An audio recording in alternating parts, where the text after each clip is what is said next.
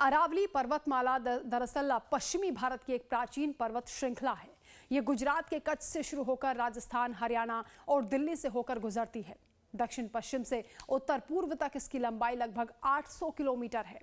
इतिहास के लिहाज से ये पर्वतमाला 2 अरब वर्षों से भी ज्यादा पुरानी है और आज भी गुजरात, राजस्थान, हरियाणा और दिल्ली के लिए एक महत्वपूर्ण लाइफलाइन का काम करती है। बावजूद इसके अरावली पर्वत श्रृंखला पर संकट के बादल मंडरा रहे हैं। खासतौर से सुप्रीम कोर्ट की नई परिभाषा के बाद क्या है वो नई परिभाषा, हम आपको बताएंगे। लेकिन फिलहाल आप ये जानिए कि दिल्ली से राजस्थान तक विरोध के सुर तेज हो गए हैं।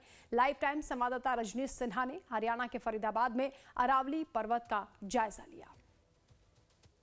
दुनिया के सबसे प्राचीनतम पहाड़ों की श्रृंखला यानी पर्वत श्रृंखला में से एक अरावली पर्वत श्रृंखला के ऊपर हम इस वक्त मौजूद हैं।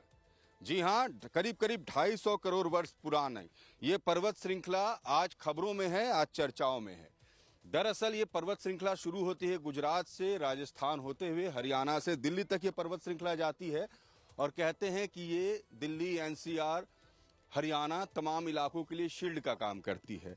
दरअसल ये जो पर्वत श्रृंखला है, यहाँ पर इस पर्वत श्रृंखला के कारण जो रेत भरी आंधी और शुष्क गर्म हवाएं हैं वो दिल्ली एनसीआर की तरफ नहीं आती हैं।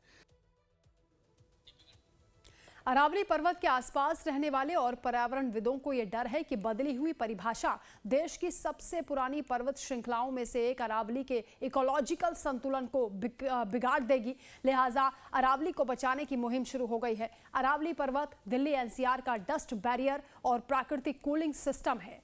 इसके बिना वायु प्रदूषण और गर्मी बढ़ जाएगी, अर्बन हीट आइलैंड इफेक्ट तेज हो जाएगा और सभी को अरावली पर्वत श्रृंखला के संरक्षण को लेकर खतरा है। लिहाजा सुप्रीम कोर्ट में रिव्यू पिटीशन की भी तैयारी की जा रही है।